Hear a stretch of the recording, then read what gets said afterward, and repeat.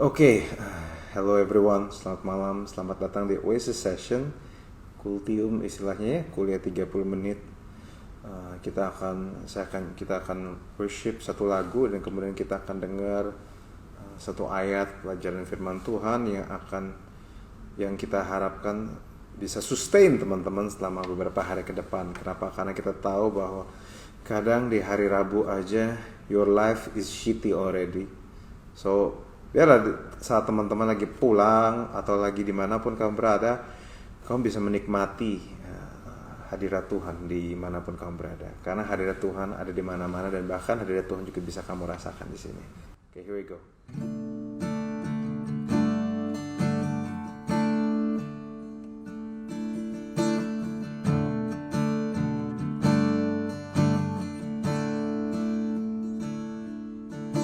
Thank you Lord, Kau mengasihi kami Tuhan. Terima kasih atas hari ini.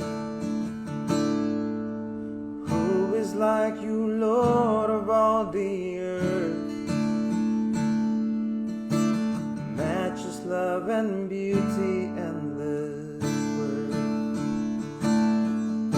Nothing in this world will satisfy. Jesus, you're the cup that won't run dry.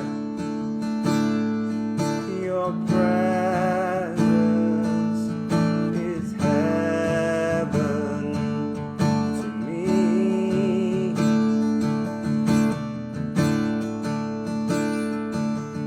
Your presence is heaven to me.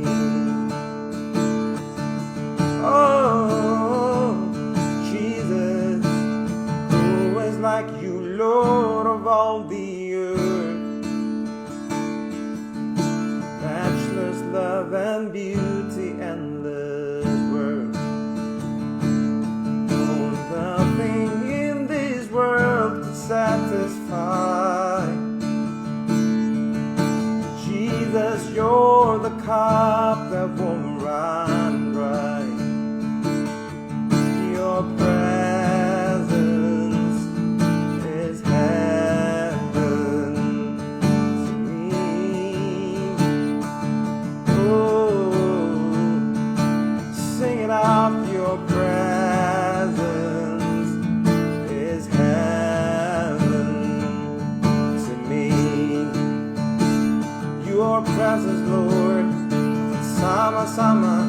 Your presence is heaven to me.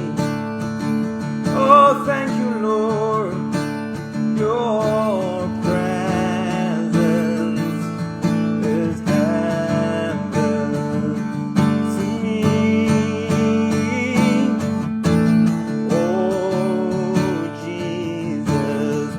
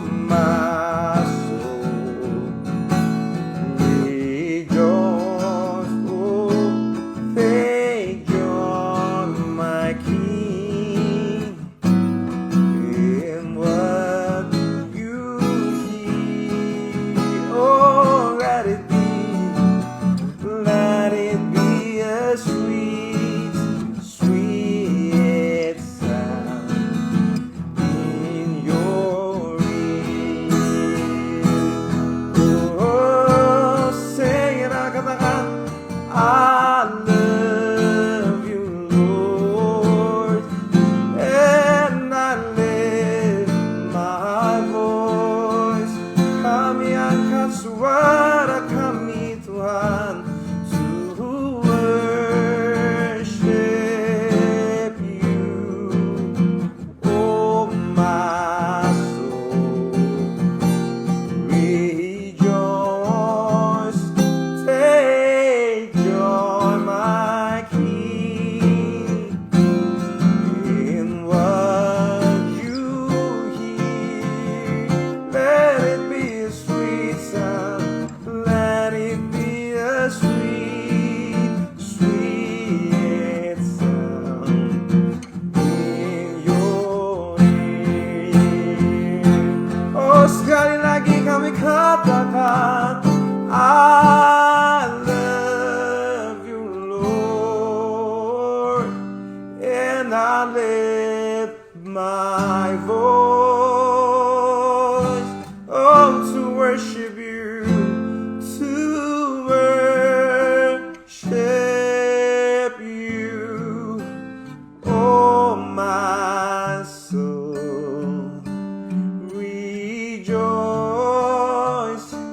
take joy, my King, in what you hear. Oh, thank you, Lord. Let it be a sweet, sweet sound in your ear. Dengan segala ucapan syukur kami katakan sama-sama Tuhan. Oh, I love you, Lord, and I lift my voice. Yes, because I love to worship you, to worship you. Oh, my soul, rejoice, take joy, my King, in what you hear. Amen. Oh, let it be a sweet, sweet sound in your ear. Teman-teman aja yuk, katakan sama-sama yuk. I love you, Lord. Amen. Amen. And I lift my voice, oh, to worship you, to worship you. Oh, yes, oh, my soul. Oh, we came to rejoice, take joy, my King, in what you hear. Oh, let it be, let it be, let it be a sweet, sweet sound in your ear. Let it be a sweet, let it be a sweet, sweet sound.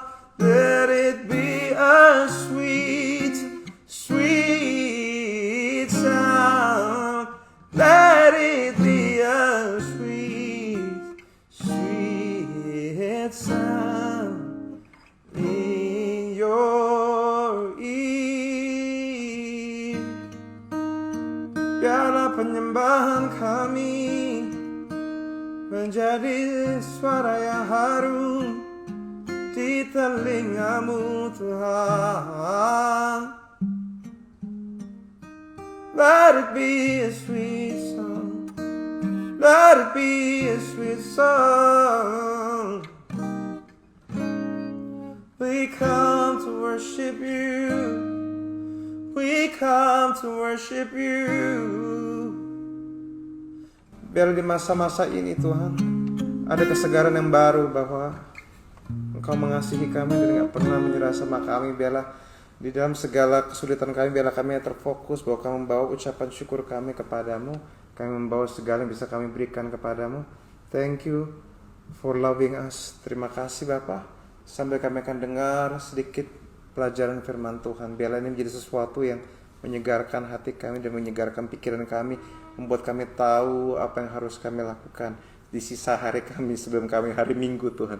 Karena kami tahu, Tuhan, bahwa kadang di hari Rabu aja hidup udah shitty banget, Tuhan. Tapi biarlah hadirat memeluk kami lagi, Tuhan. Thank you, Lord.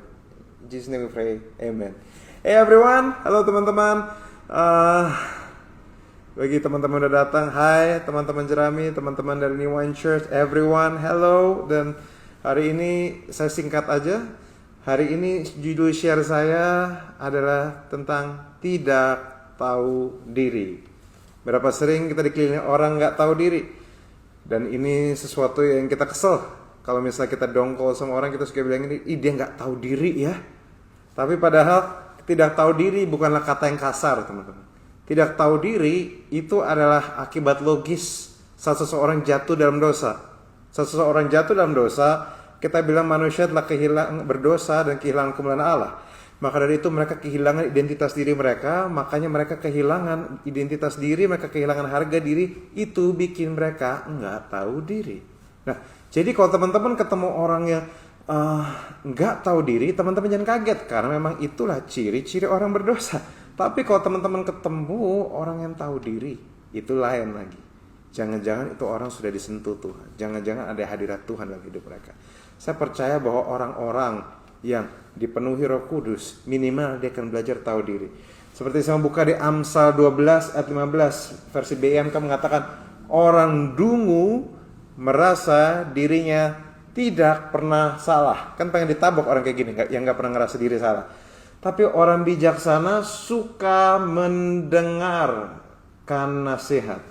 Si teman-teman, kalau teman-teman tahu, ini cerita saya ya, dan saya sering temukan bahwa ada dua tipe orang yang sering saya temui, teman-teman. Dan mungkin teman-teman juga merasa kayak gitu, bahwa ada orang yang selalu merasa benar. Jadi dia jago banget gaslighting. Kalau misalnya teman-teman lagi ada clash sama dia bisa memutarbalikkan seolah-olah kamu yang salah. Kamu ya kalau kayak lagu Syahrini, kau yang telah memilih aku, kau juga yang sakiti aku, kau putar cerita sehingga aku yang salah. Jagoannya gaslighting. Dan tapi ada juga orang sebaliknya. Sebagai ganti ada satu tidak pernah merasa salah, satu selalu merasa salah. Jadi satu selalu merasa benar, satu selalu merasa salah. Ini dua. Satu merasa dia selalu melakukan dan bertindak dengan baik dan tidak pernah salah. Satu lagi kayaknya yang dia lakukan itu nothing. Merasa bukan apa-apa dan kayaknya yang dia lakukan itu salah terus. Dan mungkin teman-teman pernah ketemu orang kayak gini. Orang-orang yang orang-orang yang overconfident, satu lagi orang-orang yang minder. Mungkin ini juga termasuk kamu diantaranya. Dan saya berharap bahwa ini menyegarkan kamu. Sebenarnya kita harus mengerti bahwa sebenarnya dua-duanya itu sama. Kedua-duanya ada ciri-ciri orang insecure dan tidak tahu diri. Cuma satu insecure di gunung yang tinggi, satu insecure di lembah yang dalam. Tapi dua-duanya jeglokannya nggak bagus, teman-teman. Dua-duanya kalau saya bilang dungu in their own way. Kenapa? Karena mereka nggak tahu diri. Nah, padahal teman-teman ada dan kita temu banyak orang nggak tahu diri. Nah, tapi dua-duanya dan seperti yang teman-teman tahu bahwa sebenarnya dua orang model gini punya problem di identitas mereka. Yang satu takut banget ngerasa salah. Yang satu rasanya tidak layak kalau dibenarkan. Nah, tapi kita jangan sampai berada di situ, teman-teman. Kan dua-duanya punya problem. Nah, saya tahu teman-teman. Teman-teman mungkin pernah ketemu ada orang yang deket demen sama lawan jenisnya, baru ditolak aja udah ngerasa saya ini jelek, saya ini sampah, saya ini bukan siapa-siapa, I am nothing. Padahal sebenarnya dia ditolak belum tentu dia jelek. Hanya karena dia ditolak nggak berarti dia jelek. Siapa tahu memang dia bukan tipe orang itu. Saya pernah ingat asisten rumah tangga keluarga kami itu nggak demen sapi, teman-teman. Jadi nggak demen daging sapi, jadi dikasih daging wagyu pun dia muntahin kasarnya. So artinya ketidaksukaan seseorang padamu tidak selalu karena kamu. Tapi bisa juga karena mereka memang bukan selera mereka aja. Nah, tapi orang-orang identitasnya jelek, orang-orang tidak tahu diri, tidak akan bisa lihat hal itu. Bahwa tidak semua itu salah mereka, dan tidak semua itu gara-gara mereka benar. Nah, itu. Nah, Teman-teman, saya mau share tentang tadi pagi saya baru dengar ada satu cerita tentang ada teman saya yang dijudge karena dia seorang DJ, tapi dia seorang anak Tuhan juga. Dia dijudge karena dia bikin sebuah konten yang pakai lagu Tuhan Yesus Tidak Berubah, tapi dia jadi EDM. Nah, yang dijadiin EDM, jadi kayak di TikTok itu booming banget teman-teman, dan itu keren banget. Dan yang ternyata di luar dugaan dia dimaki begitu banyak orang. Dia bilang bahwa gagu rohani jangan diginiin lah, jangan gitu-gitu, tobatas lah, menghina Tuhan dan sebagainya. Padahal kalau saya boleh jujur, menurut saya itu karya yang luar biasa teman-teman. Kenapa? Karena gara-gara itu begitu banyak orang yang justru bukan anak Tuhan atau yang belum jadi anak Tuhan justru nikmatin sekali karyanya. Kayak Tuhan Yesus kayak keren banget gitu.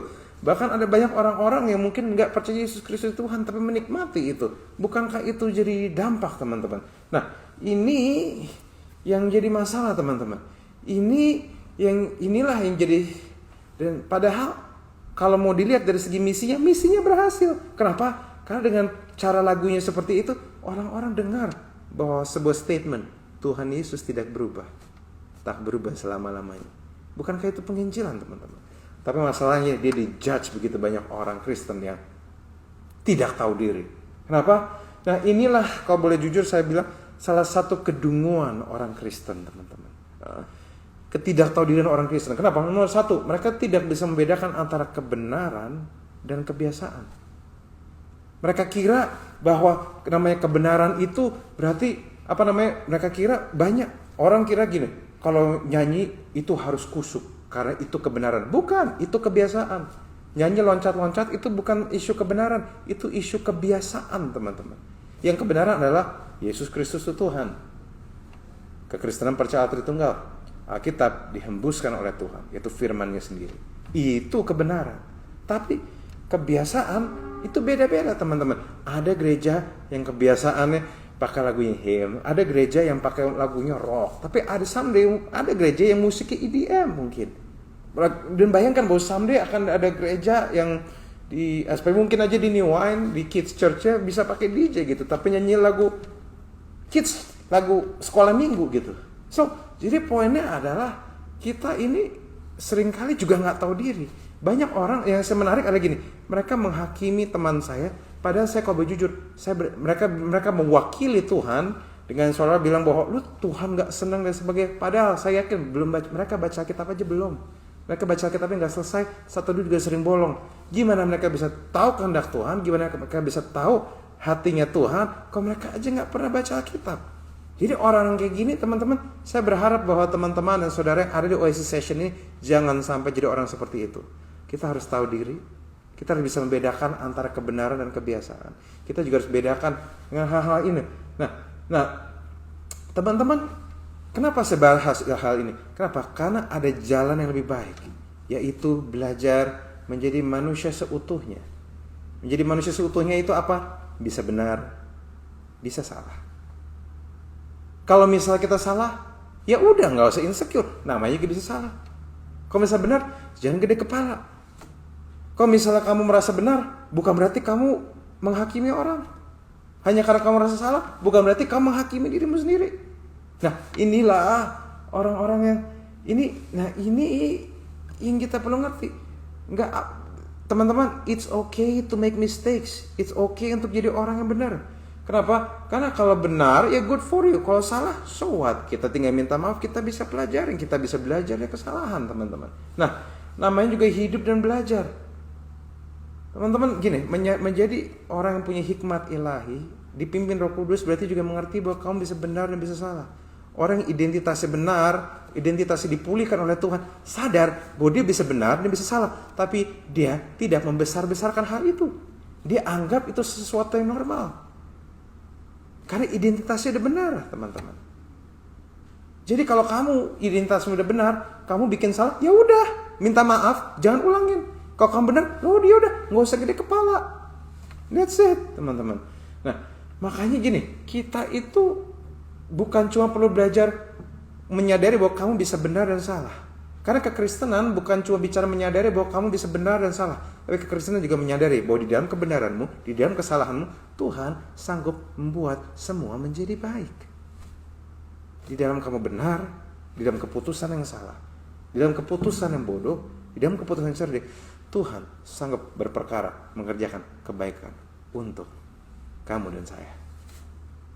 Itu yang perlu dipegang. Jadi kalau kamu benar, kamu sedang berdiri di dalam otoritasnya Tuhan. Tapi kalaupun kamu salah, kamu sedang jatuh dalam jaring yang bernama jaring kasih karunia. Tuhan tahu kamu bisa salah. Nah, maka dari itu orang itu perlu belajar tahu diri. Tahu diri itu identik memang dengan kata yang kasar, tapi sebenarnya ini kata yang paling menjelaskan bagaimana harusnya kita hidup. Yaitu kita hidup tahu diri. You know yourself. You know your position. Kamu tahu posisimu. Hello teman-teman, kamu tahu posisimu. Kamu tahu warisanmu di dalam Tuhan. Kamu tahu apa yang Yesus sudah lakukan untukmu.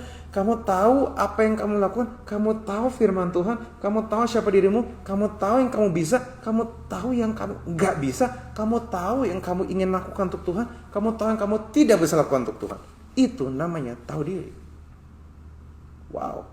Bukan ini sesuatu yang baik teman-teman. Hello. Ini sesuatu yang baik. Ketahu dirian adalah sesuatu yang baik. Saya tahu diri di dalam kepemimpinan ini bahwa saya ini bukan orang paling pintar juga. Maka dari itu saya sangat percaya kekuatan sebuah teamwork teman-teman. Karena saya tahu diri bahwa Tuhan gak cuma bicara lewat saya. Kita semua adalah imamat yang rajani dan Tuhan juga bisa bicara lewat teman-teman. Wow, jangan sampai lupa hal ini. Nah, ini juga kita perlu tahu teman-teman. Dan maka dari itu Alkitab juga membayangkan satu lagi. Ini saya sudah mau selesai teman-teman. Orang yang dungu merasa diri tak pernah salah. Tapi orang bijaksana suka mendengarkan nasihat. Wow, teman-teman, ini yang kita perlu ngerti. Alkitab bilang orang bijaksana suka mendengarkan nasihat. Artinya apa? Let me tell you something. Kebijaksanaan dari Tuhan tidak dimulai dari apa yang kita ucapkan, tapi dimulai dari apa yang kita dengar. Hikmat tidak pernah dimulai dari apa yang kita pinter ngomong apa enggak, tapi dimulai dari apa yang kita dengarkan.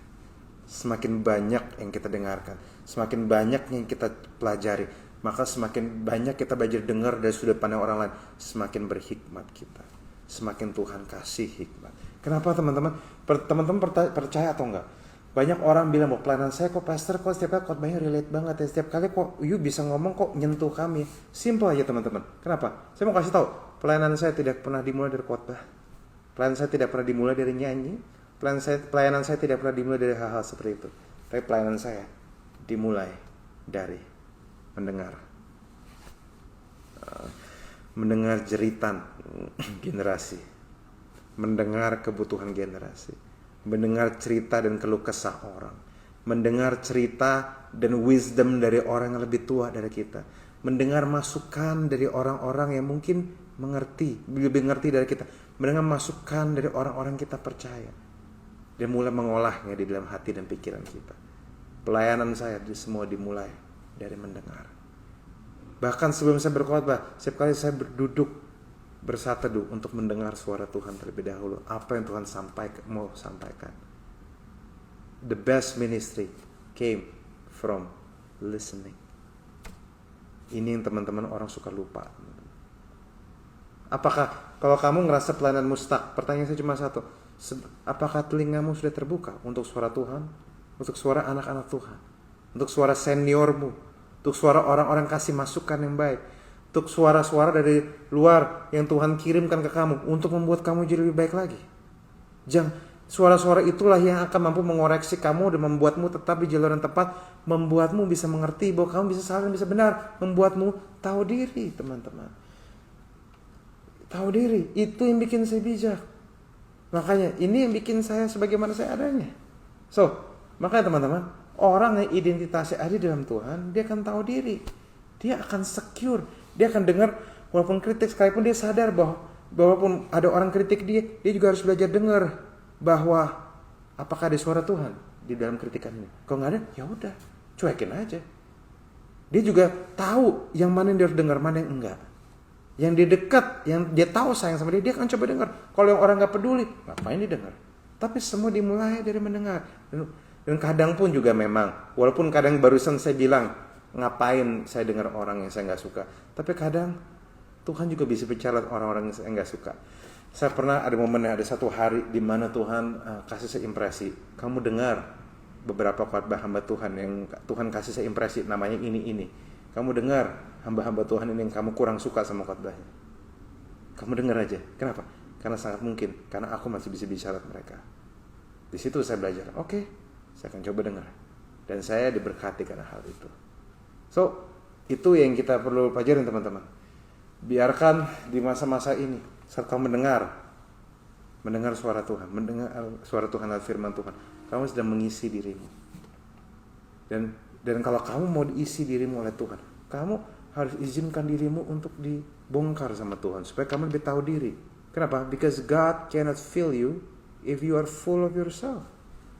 Ya, semua orang punya namanya hari buruk, betul.